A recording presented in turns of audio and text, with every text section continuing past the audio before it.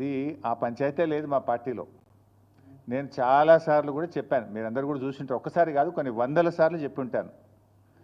ఇవాళ కేసీఆర్ గారు మా పార్టీ అధ్యక్షుడు, ఆయన యొక్క ఆదేశాలను తూచా తప్పకుండా పాటించే ఒక క్రమశిక్షణ కలిగిన కార్యకర్త హరీష్ రావు అని చెప్పిన.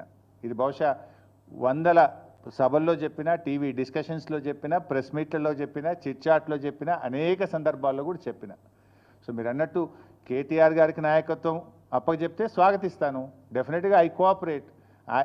ఒక కార్యకర్తగా హరీష్ రావు పార్టీ నిర్ణయాన్ని, కేసీఆర్ నిర్ణయాన్ని ఎప్పుడైనా శిరసా వహిస్తాడు తప్ప గీత దాటే వ్యక్తి కాదు.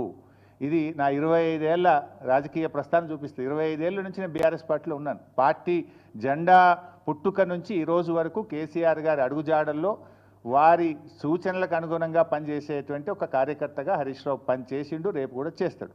Thank you.